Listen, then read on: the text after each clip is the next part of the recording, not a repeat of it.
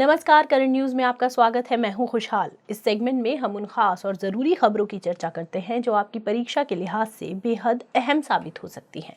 ये बीते हफ्ते की वो बड़ी खबरें होती हैं जिनके इर्द गिर्द आपकी परीक्षा के सवाल बनाए जा सकते हैं। आइए सबसे पहले हेडलाइंस पर डालते हैं नजर। ईडब्ल्यूएस आरक्षण को सुप्रीम कोर्ट ने दिखाई हरी झंडी। 5 जजों की पीठ ने 3-2 के बहुमत से सुनाया फैसला। 103वें संविधान संशोधन द्वारा किया गया था लागू। 22वें विधि आयोग का हुआ गठन। ऋतुराज अवस्थी बने आयोग के अध्यक्ष। 1955 में बना था पहला विधि आयोग। अंटार्कटिका में बर्फ के नीचे नदी की हुई खोज। ब्रिटेन की टेम्स नदी से भी अधिक है इसकी लंबाई। वैज्ञानिकों ने किया इस बात का खुलासा। सोनार सिस्टम के मूल्यांकन के लिए हल मॉड्यूल हुआ लॉन्च। लक्ष्य का पता लगाने के लिए होता है इस सिस्टम का प्रयोग। L&T शिप बिल्डिंग्स ने किया है इसका निर्माण। और चंद्र ग्रहण से आसमान हुआ लाल। दुनिया के कई देशों में देखी गई ब्लड मून की घटना। 2025 में दिखेगा अगला बीवर ब्लड मून।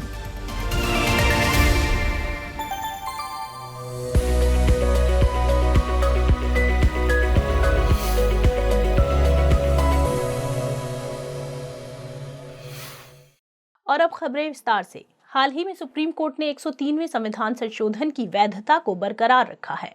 कोर्ट के मुताबिक ईडब्ल्यूएस यानी आर्थिक रूप से कमजोर वर्ग को दिया गया आरक्षण सही है।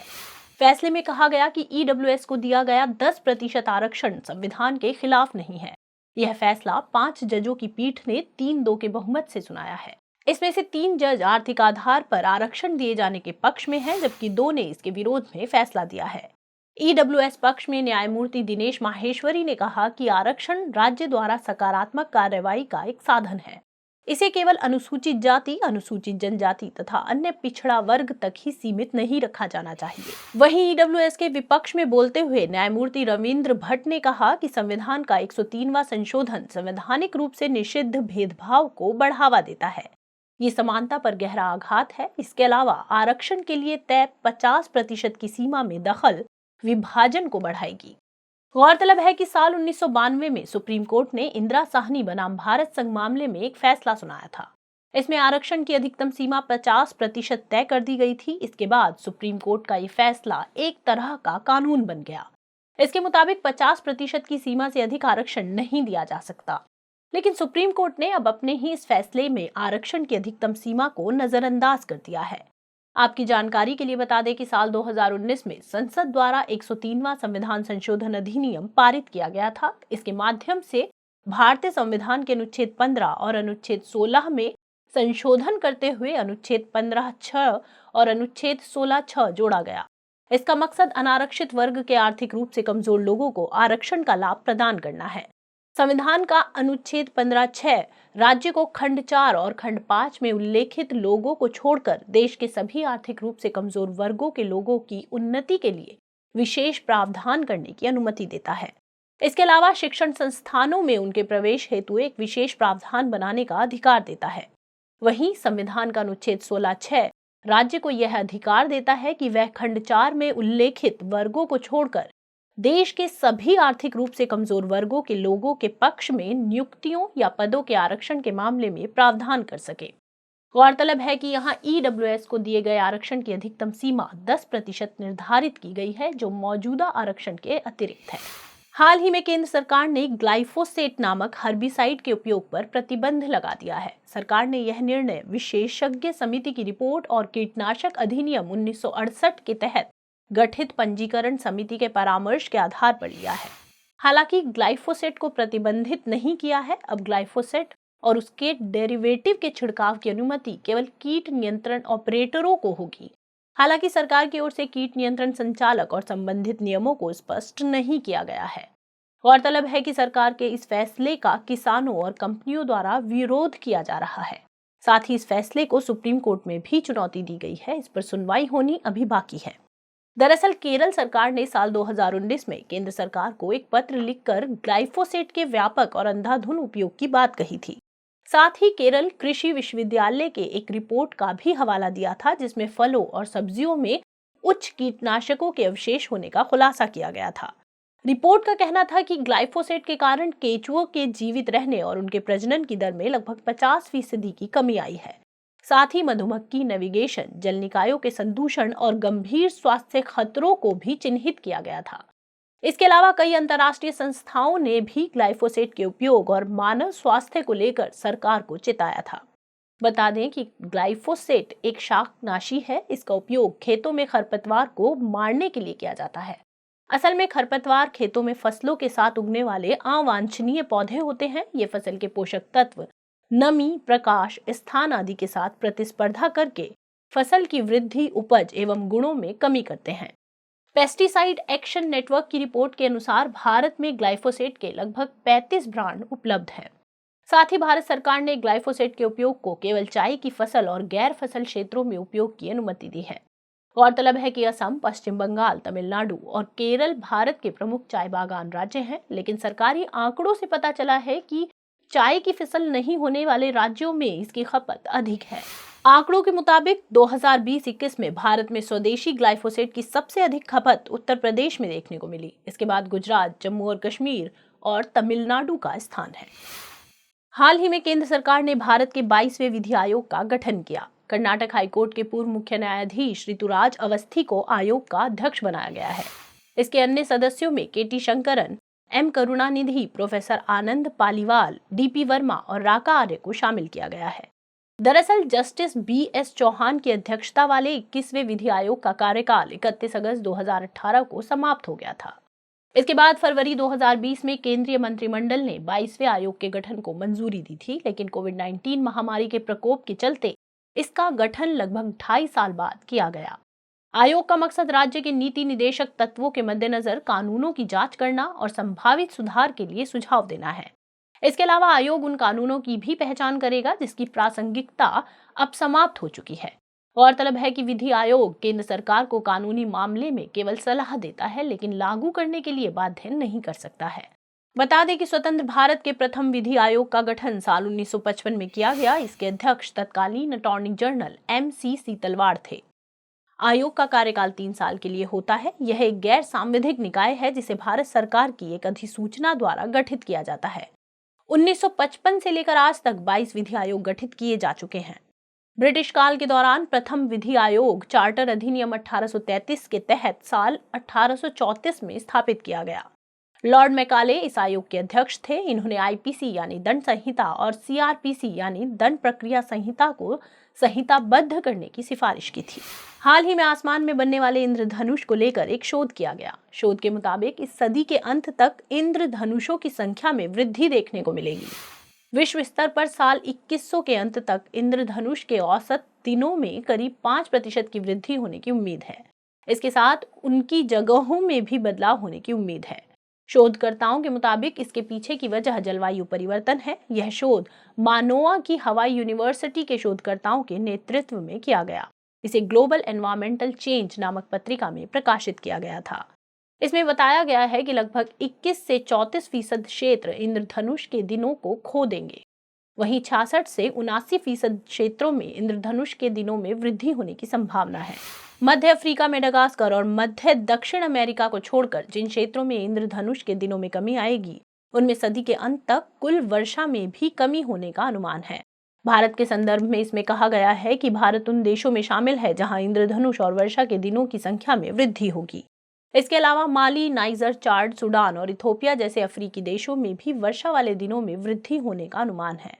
आपको बता दें कि इंद्रधनुष एक सामान्य वायुमंडलीय ऑप्टिकल घटना है। यह आकाश में एक बहुरंगी चाप या वृत्त की आकृति की तरह दिखता है। यह तब बनता है जब पानी की बूंदें सूर्य के प्रकाश को अपवर्तित कर देती हैं। इस तरह यह बारिश की बूंदों द्वारा सूर्य के प्रकाश के अपवर्तन और परावर्तन के परिणाम स्वरूप बनता है।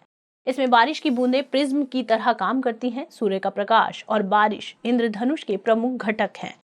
गौरतलब है कि जलवायु परिवर्तन के कारण वायुमंडल गर्म हो रहा है। इसकी वजह से बादलों और बारिश के स्वरूप में बदलाव देखने को मिल रहा है। इसके परिणाम स्वरूप इंद्रधनुष के पैटर्न में भी बदलाव हो रहा है। गौरतलब है कि इंद्रधनुष हॉटस्पॉट ज्यादातर उच्च अक्षांशों पर या तो बहुत ज्यादा ऊंचाई पर स्थित होते हैं, जैसे कि तिब्बती पठार आदि। हाल ही में मोना लोआ ज्वालामुखी में हलचल देखने को मिली है। इसके बाद वैज्ञानिकों ने इसमें भयंकर विस्फोट की आशंका जताई है। हवाई ज्वालामुखी वेधशाला के मुताबिक इस ज्वालामुखी में पिछले 1 महीने से ज्यादा समय से अशांति की स्थिति बनी हुई है। इसकी वजह से हवाई द्वीप पर भूकंप की संख्या 10-20 से बढ़कर 40-50 प्रतिदिन हो गई है। यह संभवतः ज्वालामुखी के अंदर मैग्मा में वृद्धि की वजह से हुई है। गौरतलब है कि मोना लोआ ज्वालामुखी में अंतिम बार साल 1984 में विस्फोट हुआ था। आपकी जानकारी के लिए बता दें कि मोना लोआ का अर्थ लॉन्ग माउंटेन है। मोना लोआ ज्वालामुखी हवाई द्वीप में अवस्थित है। यह दुनिया का सबसे बड़ा शील्ड वोल्केनो यानी ढाल ज्वालामुखी है। इसके साथ ही यह दुनिया के सबसे सक्रिय ज्वालामुखियों में से एक है। इसमें पहली बार साल 1883 में विस्फोट हुआ था। इसके बाद से इसमें अब तक 33 बार विस्फोट हो चुके हैं। मोना लोआ उन 5 ज्वालामुखियों में से एक है जो एक साथ मिलकर हवाई का बड़ा द्वीप बनाते हैं। यह द्वीप हवाई द्वीप समूह का सबसे दक्षिणी द्वीप है। यह किलाउआ ज्वालामुखी के ठीक उत्तर में स्थित है। गौरतलब है कि किलाउआ साल 2018 के विस्फोट के लिए प्रसिद्ध है। इस साल इसकी वजह से 700 से ज्यादा घर नष्ट हो गए थे। मोना लोआ ज्वालामुखी हवाई द्वीप समूह के ओहू द्वीप से लगभग 320 किलोमीटर दक्षिण में है। ओहू द्वीप हवाई का सबसे ज्यादा आबादी वाला द्वीप है। यहाँ राज्य की राजधानी होनोलुलु स्थित है। आपको बता दें कि ज्वालामुखी पृथ्वी की सतह पर उपस्थित ऐसी दरार या मुख होता है जिससे पृथ्वी के भीतर का गर्म लावा, गैस, राख आदि बाहर आते हैं। इसका संबंध पृथ्वी के अंतर्जात बल से उत्पन्न होने वाले आकस्मिक संचलन से होता है। पृथ्वी की सतह के अंदर पिघले हुए पदार्थ को मैग्मा कहते हैं। जब यही मैग्मा पृथ्वी की आंतरिक परतों को तोड़ते हुए सतह पर आता है तो इसे लावा कहा जाता है।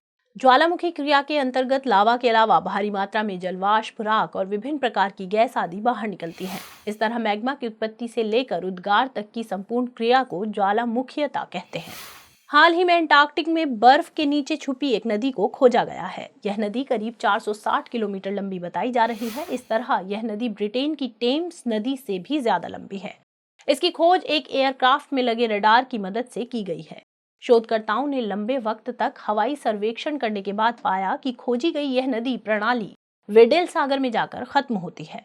शोधकर्ताओं के मुताबिक कुछ दशक पहले जब अंटार्कटिका में बर्फ के नीचे झीलों की खोज की गई थी तो यह धारणा थी कि वे एक दूसरे से अलग थलग हैं।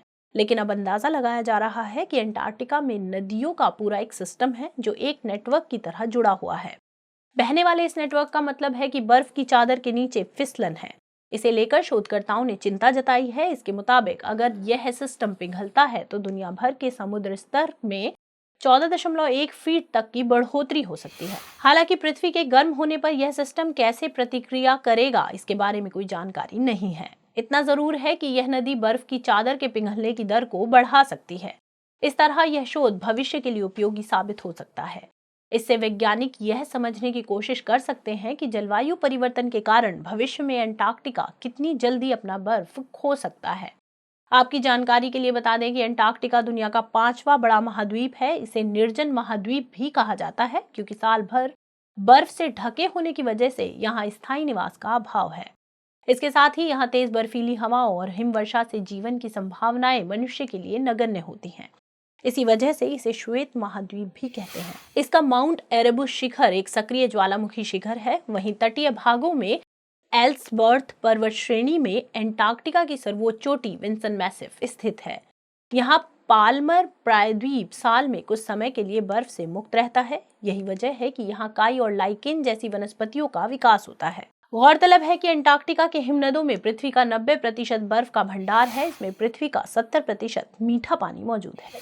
हाल ही में शोधकर्ताओं ने एस्चुरिन क्रैब यानी एस्चुरिन केकड़े की एक नई प्रजाति की खोज की है। इसे तमिलनाडु के परंगीपेट्टेई के मैंग्रोव में खोजा गया।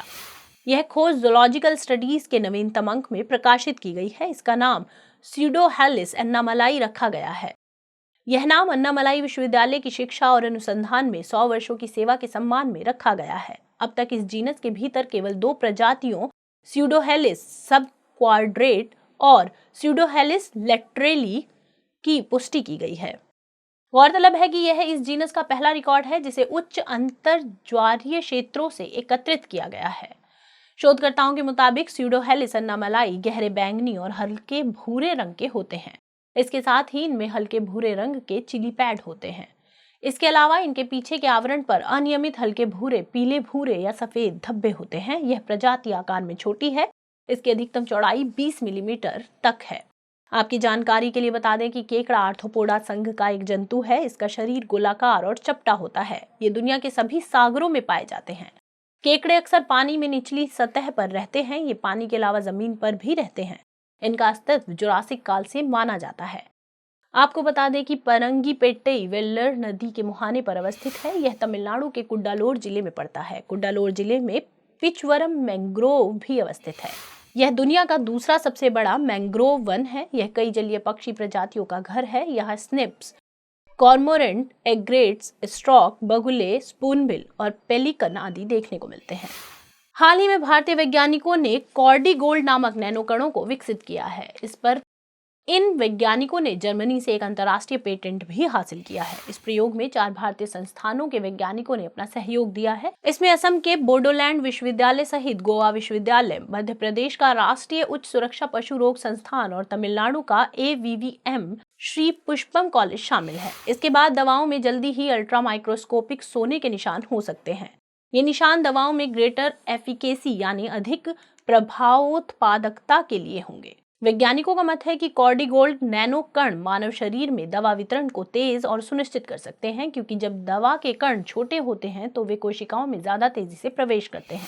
आपको बता दें कि इन कणों को कॉर्डिसेप्स मिलिटेरिस और गोल्ड सॉल्ट के एक्सट्रैक्ट्स यानी अर्क के संश्लेषण से प्राप्त किया गया है। इसमें कॉर्डिसेप्स मिलिटेरिस एक मूल्यवान परजीवी कवक है। इसे एस्कोमाइकोटा समूह में मशरूम के रूप में वर्गीकृत किया गया है। इसे सुपर मशरूम भी कहा जाता है। कॉर्डिसेप्स मिलिटेरिस कवक को बोडोलैंड विश्वविद्यालय में जैव प्रौद्योगिकी विभाग के टेक्नोलॉजी इंक्यूबेशन सेंटर की प्रयोगशाला में विकसित किया गया है। वहीं गोल्ड साल्ट सोने के आयनिक रासायनिक यौगिक होते हैं। इन्हें आमतौर पर दवा में इस्तेमाल किया जाता है। गोल्ड साल्ट यानी सोने के नमक का उपयोग पहले रूमेटॉइड गठिया यानी रूमेटॉइड अर्थराइटिस और कुछ अन्य बीमारियों के इलाज के लिए किया जाता है। पेम्फिगस वल्गैरिस और ब्रोंकियल अस्थमा के उपचार में भी गोल्ड सॉल्ट का उपयोग किया जाता है। गौरतलब है कि जंगली कॉर्डिसेप्स मशरूम पूर्वी हिमालय क्षेत्र में पाए जाते हैं। हाल ही में भारतीय वैज्ञानिकों ने क्रिस्पर जीन एडिटिंग के मामले में एक बड़ी सफलता हासिल की है। वैज्ञानिकों ने पहली बार यह करके दिखाया है कि संबंधित Cas9 एंजाइम लक्षित DNA को बहुत कम तापमान पर जोड़ और काट सकता है। उन्होंने 4 डिग्री सेल्सियस से कम तापमान पर इस कामकाज को काफी कुशल तरीके से प्रदर्शित करके दिखाया है। इससे पहले ज्यादातर परीक्षण आमतौर पर 37 डिग्री सेल्सियस पर किए जाते थे। भारतीय वैज्ञानिकों का यह शोध द नेचर जर्नल में प्रकाशित हुआ है। इस शोध के बाद से अब तापमान संवेदनशील जीवों और पौधों या फसल किस्मों में जीन एडिटिंग करना संभव हो गया है।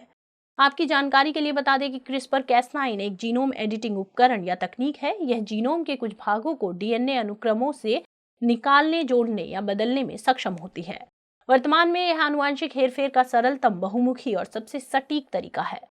इसके तहत वैज्ञानिक खराब जीन को DNA से डिलीट कर सकते हैं। इसके अलावा इसके माध्यम से DNA में बेहतर गुणवत्ता भी जोड़ सकते हैं। इस क्रिस्पर प्रणाली के द्वारा ही जीवाणु विषाणुओं के खिलाफ प्रतिरक्षा प्राप्त करते हैं। दरअसल क्रिस्पर प्रणाली जीवाणुओं में पाई जाती है। यह जीवाणुओं के जीनोम का एक हिस्सा है जो अपनी अभिव्यक्ति के द्वारा गाइड RNA का निर्माण करता है। क्रिस्पर Cas9 प्रणाली में 2 प्रमुख अणु Cas9 और गाइड RNA होते हैं। इसमें Cas9 एक एंजाइम है जो आणविक कैंची यानी मॉलिक्यूलर सीजर की तरह काम करता है। यह जीनोम में DNA को एक विशिष्ट स्थान पर काट सकता है। इसके द्वारा DNA के टुकड़े को जोड़ या हटाया जा सकता है। वहीं गाइड RNA का काम DNA के विशिष्ट अनुक्रम को ढूंढना और इसके साथ बंधना होता है। गाइड RNA में RNA बेस होता है जो जीनोम में टारगेटेड DNA अनुक्रम के पूरक होता है। गौरतलब है कि साल 2020 में इमैनुअल चारपेंटियर और जेनिफर डूडना को क्रिस्पर Cas9 पर उनके काम के लिए रसायन विज्ञान के नोबेल पुरस्कार से सम्मानित किया गया था। हाल ही में DRDO यानी रक्षा एवं विकास अनुसंधान संगठन ने सबमर्सिबल प्लेटफॉर्म का हल मॉड्यूल लॉन्च किया है। यह लॉन्चिंग नौसेना भौतिक और समुद्र विज्ञान प्रयोगशाला कोच्चि से की गई है। इसका निर्माण messrs L&D ship building Chennai द्वारा किया गया है। हल मॉड्यूल को स्पेस यानी ध्वनिक विशेषता और मूल्यांकन सुविधा के लिए विकसित किया गया है। इसका उपयोग मुख्य रूप से सोनार प्रणालियों के मूल्यांकन के लिए किया जाएगा। इससे सेंसर और ट्रांसड्यूसर जैसे वैज्ञानिक उपकरणों को त्वरित तैनाती और आसान रिकवरी हो सकेगी। इस मॉड्यूल का निर्माण आत्मनिर्भर भारत और मेक इन इंडिया कार्यक्रम के तहत किया गया है। गौरतलब है कि स्पेस दुनिया में अपनी तरह की एक अनूठी सुविधा है। इस सुविधा की विशिष्टता विशेष रूप से डिजाइन किए गए सबमर्सिबल प्लेटफॉर्म में निहित है। इसे समकालिक रूप से संचालित विंचों की एक श्रृंखला का उपयोग करके 100 मीटर की गहराई तक उतारा जा सकता है। आपकी जानकारी के लिए बता दें कि हल जहाज की संरचनात्मक इकाई होता है। इसे जहाज का जलरोधी घेरा कहा जाता है। यह जहाज के कार्गो, मशीनरी और आवास स्थानों को मौसम, बाढ़ और संरचनात्मक क्षति से बचाता है। आपको बता दें कि सोनार यानी साउंड नेविगेशन एंड रेंजिंग प्रणाली का उपयोग किसी लक्ष्य का पता लगाने के लिए किया जाता है। इसके लक्ष्य से निकलने वाली ध्वनि का उपयोग किया जाता है। इसमें पानी के नीचे लक्ष्य की दूरी, दिशा और गति को मापने के लिए अल्ट्रासोनिक तरंगों का उपयोग किया जाता है। दरअसल सोनार प्रणाली में लक्ष्य का पता लगाने के लिए जहाज पर लगे ट्रांसमीटर से अल्ट्रासोनिक तरंगों का एक मजबूत बीम भेजा जाता है। यह बीम लक्ष्य से टकराकर परावर्तित होता है। इसके बाद भेजे गए सिग्नल के प्रसारण और रिसेप्शन यानी वापसी के बीच के समय अंतराल की गणना की जाती है। इस गणना के माध्यम से ही लक्ष्य की स्थिति के बारे में पता लगाया जाता है। गौरतलब है कि ध्वनि तरंगे रडार और प्रकाश तरंगों की तुलना में पानी में अधिक दूर तक जाती हैं। यही वजह है कि नौसेना द्वारा समुद्र में सोनार प्रणाली का उपयोग किया जाता है। हाल ही में भारत सहित दुनिया के अन्य हिस्सों में चंद्र ग्रहण देखने को मिला। इसे बीवर ब्लड मून कहा गया। यह ग्रहण उत्तर अमेरिका, ऑस्ट्रेलिया, एशिया और अन्य देशों में नजर आया। भारत के पूर्वोत्तर राज्यों में पूर्ण चंद्र ग्रहण नजर आया तो अन्य हिस्सों में आंशिक चंद्र ग्रहण ही देखने को मिला। वैज्ञानिकों के मुताबिक यह साल 2022 का दूसरा और अंतिम पूर्ण चंद्र ग्रहण था। इसके बाद अगला पूर्ण चंद्र ग्रहण अब 14 मार्च 2025 को होगा। हालांकि इससे पहले भी 5 मई 2023 को चंद्र ग्रहण होगा, लेकिन यह पूर्ण चंद्र ग्रहण न होकर माध्य चंद्र ग्रहण होगा। भारत में अगला चंद्र ग्रहण 28 अक्टूबर 2023 को होगा, जो आंशिक चंद्र ग्रहण होगा। गौरतलब है कि इससे पहले इस साल मई में भी दुनिया के कई हिस्सों में चंद्र ग्रहण देखा गया था, लेकिन ये भारत में दिखाई नहीं दिया था। आपको बता दें कि पूर्ण चंद्र ग्रहण की घटना पूर्णिमा के दिन घटित होती है। यह तब होता है जब पृथ्वी सूर्य और चंद्रमा के बीच में आ जाती है और ये तीनों एक सीधी रेखा में अवस्थित हो जाते हैं। इस तरह पूर्ण चंद्र ग्रहण तब घटित होता है जब चंद्रमा पूरी तरह से पृथ्वी की अंबरा यानी छाया से ढक जाता है। हालांकि आंशिक चंद्र ग्रहण की स्थिति में चंद्रमा का कुछ हिस्सा ही पृथ्वी की छाया से ढकता है। गौरतलब है कि जब पूर्ण चंद्र ग्रहण की स्थिति होती है तब चंद्रमा पूरी तरह से लाल नजर आता है। यही वजह है कि इसे ब्लड मून भी कहते हैं। आपकी जानकारी के लिए बता दें कि नासा के मुताबिक पूर्ण चंद्र ग्रहण औसतन हर 1.5 साल में एक बार होता है। चंद्रमा पर गिरने वाली पृथ्वी की छाया के आधार पर चंद्र ग्रहणों को 3 श्रेणियों में वर्गीकृत किया गया है। ये है पूर्ण, आंशिक और पिनम्ब्रल यानी मानदेय चंद्र ग्रहण। मानदेय चंद्र ग्रहण के दौरान पृथ्वी की छाया चंद्रमा के बाहरी हिस्से में ही पड़ती है। इससे चंद्रमा सिर्फ थोड़ा धुंधला सा हो जाता है। इसे उपछाया चंद्र ग्रहण भी कहते हैं। हाल ही में नागालैंड राज्य में पहली बार पक्षियों की गिनती शुरू की गई है। इसके लिए 4 दिवसीय दस्तावेजीकरण कार्यक्रम चलाया गया। इस कार्यक्रम को TEBC यानी तोखु इमोंग बर्ड काउंट नाम दिया गया था। इसका समय फसल कटाई के बाद लोथास के तोखु इमोंग त्योहार के साथ तय किया गया। यह आयोजन वोखा वन प्रभाग, नागालैंड वन प्रबंधन परियोजना की मंडल प्रबंधन इकाई और बर्ड काउंट इंडिया के सम्मिलित सहयोग से आयोजित किया था। गौरतलब है कि तोखु इमोंग बर्ड काउंट नागालैंड में ऐसी पहली पहल है जिसमें समुदाय को पक्षियों के साथ त्योहार मनाने के लिए प्रोत्साहित किया गया है। इसका मकसद नागालैंड की पक्षी विविधता के बारे में जागरूकता फैलाना है। इसके साथ ही पक्षियों के लिए खतरे वाले आवासों की ओर ध्यान आकर्षित करना भी इसका मकसद है। इस कार्यक्रम के तहत निर्धारित दिनों में से किसी भी दिन या सभी दिनों में नागालैंड में कहीं से भी कम 15 मिनट का समय पक्षियों को देखने के लिए देना है। इसके साथ लोग उन पक्षियों की गिनती कर सकते हैं। इसके बाद लोग अपनी बनाई हुई पक्षी सूची को ई-बर्ड नामक पोर्टल पर अपलोड कर सकते हैं। आपकी जानकारी के लिए बता दें कि तोखु इमोंग नागालैंड में धूमधाम से मनाया जाने वाला व्यापक त्योहार है। इसमें तोखु का अर्थ है घर घर जाकर प्राकृतिक संसाधनों और भोजन के रूप में टोकन एवं उपहार एकत्रित करना। वहीं इमोंग का अर्थ उस समय चयनित स्थान पर रुकना है। यह प्रतिवर्ष 7 नवंबर को शुरू होता है और 9 दिनों तक चलता है। इस त्योहार के माध्यम से यहाँ के लोग दशकों पहले रचित अपने पूर्वजों की कहानियों को फिर से जीते हैं। त्योहार के दौरान अनुग्रही चढ़ावा चढ़ाकर आकाश एवं पृथ्वी के देवताओं से आशीर्वाद की कामना करते हैं। इस त्योहार के महत्वपूर्ण आकर्षण सामुदायिक गीत, नृत्य, दावत, मनोरंजन आदि हैं। गौरतलब है कि तोखु इमोंग त्योहार के लिए नागालैंड का वोखा जिला प्रसिद्ध है। वोखा जिला धर्म, संस्कृति और मनोरंजन के लिए आदर्श के रूप में जाना जाता है। इसके अलावा यह अमूर बाजों के संरक्षण के लिए भी प्रसिद्ध है। आपको बता दें कि अमूर फैल्कन या बाज दुनिया की सबसे लंबी यात्रा करने वाला शिकारी पक्षी है। यह सर्दियों की शुरुआत के साथ अपनी यात्रा शुरू करता है। ये बाज मुख्य रूप से दक्षिण पूर्वी साइबेरिया और उत्तरी चीन से होते हुए प्रजनन के लिए भारत में प्रवास करते हैं। इसके बाद ये प्रवासी पक्षी हिंद महासागरीय क्षेत्र से होते हुए दक्षिणी अफ्रीका चले जाते हैं। गौरतलब है कि भारत में अमूर बाज वन्य जीव संरक्षण अधिनियम 1972 के तहत संरक्षित है, जबकि IUCN यानी international union for conservation of nature की रेड लिस्ट में ये लीस्ट कंसर्न श्रेणी में आते हैं। खबरों के बाद अब बुलेटिन से जुड़े 5 सवालों पर डालते हैं एक नजर। आज के सेशन के 5 प्रश्न इस प्रकार हैं। पहला प्रश्न है, हाल ही में समाचारों में रहा शब्द ग्लाइफोसेट का संबंध निम्नलिखित में से किससे है? हर्बिसाइड, पेस्टिसाइड, फर्टिलाइजर या फिर बायोमास? अगला प्रश्न है, विधि आयोग के संदर्भ में निम्नलिखित कथनों पर विचार कीजिए। 1. हाल ही में केंद्र सरकार द्वारा 22वें विधि आयोग का गठन किया गया है। 2. सेवानिवृत्त न्यायाधीश ऋतुराज अवस्थी को आयोग का अध्यक्ष बनाया गया है। 3. स्वतंत्र भारत के पहले विधि आयोग का गठन साल 1955 में किया गया था। 4. विधि आयोग का कार्यकाल 3 वर्ष का होता है।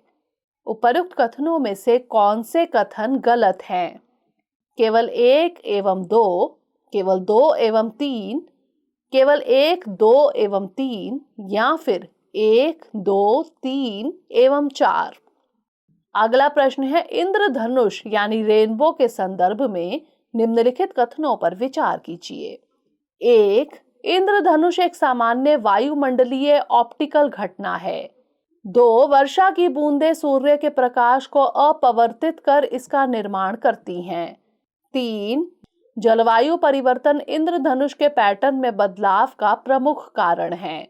उपर्युक्त कथनों में से कौन सा कथन गलत है? केवल 1, केवल 2, केवल 3 या फिर उपर्युक्त में से कोई नहीं? अगला प्रश्न है, निम्नलिखित कथनों पर विचार कीजिए। 1. क्रिस्पर-कास9 एक जीनोम एडिटिंग उपकरण है।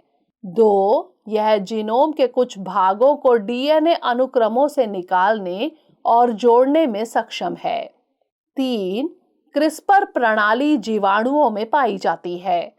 उपर्युक्त कथनों में से कौन सा यहाँ से कथन सही है या फिर हैं? केवल 1, केवल 1 एवं 2, केवल 2 एवं 3 या फिर उपर्युक्त सभी? अंतिम प्रश्न है, हाल ही में समाचारों में रहा शब्द कार्डी गोल्ड का संबंध निम्नलिखित में से किससे है? Digital currency, gold bond, nano particle या फिर उपर्युक्त में से कोई नहीं? तो फिलहाल इस बुलेटिन में इतना ही। खबरों को विस्तार से पढ़ने के लिए विजिट करें www.drishtiias.com पर। साथ ही दृष्टि IAS के हिंदी अंग्रेजी यूट्यूब चैनल और दृष्टि PCS यूट्यूब चैनल को लाइक, शेयर और सब्सक्राइब करना ना भूलें। लेकिन चलते चलते डालते हैं कुछ छोटी मगर जरूरी खबरों पर एक नजर।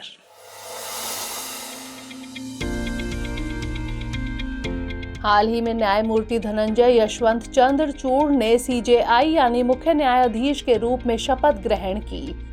इसके साथ ही वो भारत के 50वें मुख्य न्यायाधीश बन गए हैं। उन्होंने पूर्व मुख्य न्यायाधीश UU ललित का स्थान लिया है। वो करीब 2 साल तक इस पद पर बने रहेंगे।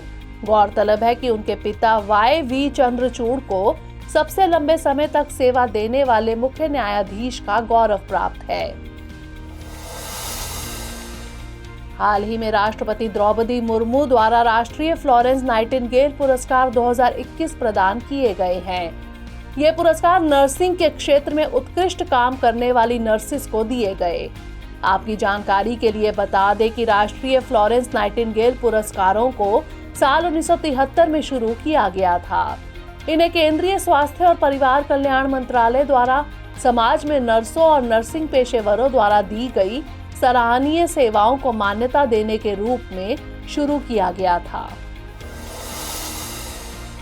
हाल ही में युवा शोधकर्ताओं के भारत जर्मन सप्ताह 2022 का आयोजन किया गया है। यह कार्यक्रम सप्ताह भर तक चलेगा। यह भारत के विज्ञान और इंजीनियरिंग अनुसंधान बोर्ड तथा जर्मन रिसर्च फाउंडेशन की संयुक्त पहल है। इसमें भारत और जर्मनी के 30 युवा शोधकर्ता रासायनिक विज्ञान के क्षेत्र में विभिन्न समकालीन विषयों पर विचार विमर्श करेंगे। बीते दिनों NMDFC यानी राष्ट्रीय अल्पसंख्यक विकास एवं वित्त निगम को केयर द्वारा A स्टेबल की रेटिंग दी गई है। इसके बाद यह सामाजिक क्षेत्र के उन चुनिंदा सार्वजनिक उपक्रमों में से शामिल हो गया है जिन्हें यह रेटिंग मिली है। आपको बता दें कि NMDFC का मुख्य उद्देश्य अल्पसंख्यक समुदायों के पिछड़े वर्गों को रियायती वित्त प्रदान करना है। यह वित्त इन्हें स्वरोजगार और आय सृजन की गतिविधियों के लिए दिया जाता है। इसमें पेशेगत समूहों और महिलाओं को वरीयता दी जाती है। हाल ही में अटल न्यू इंडिया चैलेंज के दूसरे संस्करण के तहत महिला केंद्रित चुनौतियों का शुभारंभ किया गया है। इसे नीति आयोग के अटल इनोवेशन मिशन ने शुरू किया है। आपको बता दें कि महिला केंद्रित चुनौतियां जीवन के सभी क्षेत्रों से महिलाओं के सामने आने वाले प्रमुख मुद्दों का समाधान करती है। इसमें महिलाओं की सुरक्षा में सुधार के लिए नवाचार तथा महिलाओं के लिए पेशेवर नेटवर्किंग के अवसर उपलब्ध कराना शामिल है। इसके अलावा कामकाजी माताओं के जीवन को बेहतर बनाने वाले नवाचार और ग्रामीण महिलाओं के जीवन को आसान बनाना भी इसका मकसद है। हाल ही में वित्त मंत्री निर्मला सीतारमण ने भारत के सॉवरेन ग्रीन बॉन्ड ढांचे को मंजूरी दी है। यह व्यवस्था पेरिस समझौते के तहत अपनाए गए राष्ट्रीय स्तर पर निर्धारित योगदान लक्ष्यों के प्रति भारत की प्रतिबद्धता को और मजबूत करेगी। आपकी जानकारी के लिए बता दें कि ग्रीन बॉन्ड एक वित्तीय साधन है। इसे पर्यावरणीय रूप से टिकाऊ और जलवायु उपयुक्त परियोजनाओं में निवेश के लिए जारी किया जाता है। हाल ही में प्रधानमंत्री नरेंद्र मोदी ने भारत की G20 प्रेसिडेंसी के लोगो और वेबसाइट का अनावरण किया है। इस पर कमल के फूल का अंकन किया गया है। इसमें कमल को आशा के प्रतीक के रूप में दिखाया गया है। इसके अलावा इस पर वसुधैव कुटुंबकम लिखा हुआ है, जो एक पृथ्वी, एक परिवार, एक भविष्य का संदेश देता है। गौरतलब है कि भारत 1 दिसंबर 2022 को G20 समूह की अध्यक्षता ग्रहण करेगा। भारत की यह अध्यक्षता 1 वर्ष के लिए होगी। बीते दिनों केंद्रीय वित्त मंत्रालय ने India infrastructure project development fund scheme की शुरुआत की है। इसका मकसद PPP यानी सार्वजनिक निजी भागीदारी परियोजनाओं के विकास में होने वाले व्यय के लिए आवश्यक वित्तीय सहायता सुनिश्चित करवाना है। इसके साथ ही यह स्कीम केंद्र और राज्य सरकारों के परियोजना प्रायोजक प्राधिकरणों को आवश्यक धन सहायता देकर गुणवत्तापूर्ण PPP परियोजनाओं के विकास में सहायता करेगी। हाल ही में देश की 576 भाषाओं के मातृभाषा सर्वेक्षण को पूरा किया गया है। इसका मकसद चयनित भाषाओं की भाषाई विशेषताओं का दस्तावेजीकरण करना है। गौरतलब है कि मातृभाषा सर्वेक्षण परियोजना भारत की मातृभाषाओं का सर्वेक्षण करती है।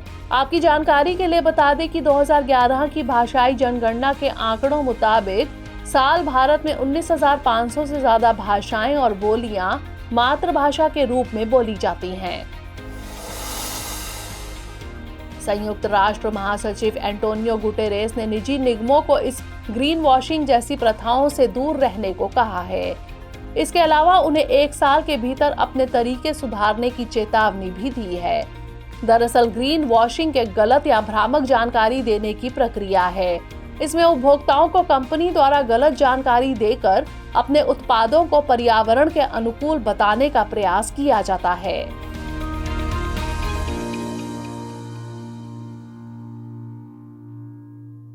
हमारी टीम कोशिश करती है कि आपको दी गई खबरों में एक भी गलती ना हो, लेकिन यदि किसी सोर्स या ह्यूमन एरर की वजह से ऐसी गलती हो जाती है तो इस वीडियो के कमेंट बॉक्स में उस गलती को सुधार कर पिन कर दिया जाता है और यह आपको कमेंट बॉक्स में सबसे ऊपर दिखाई देता है।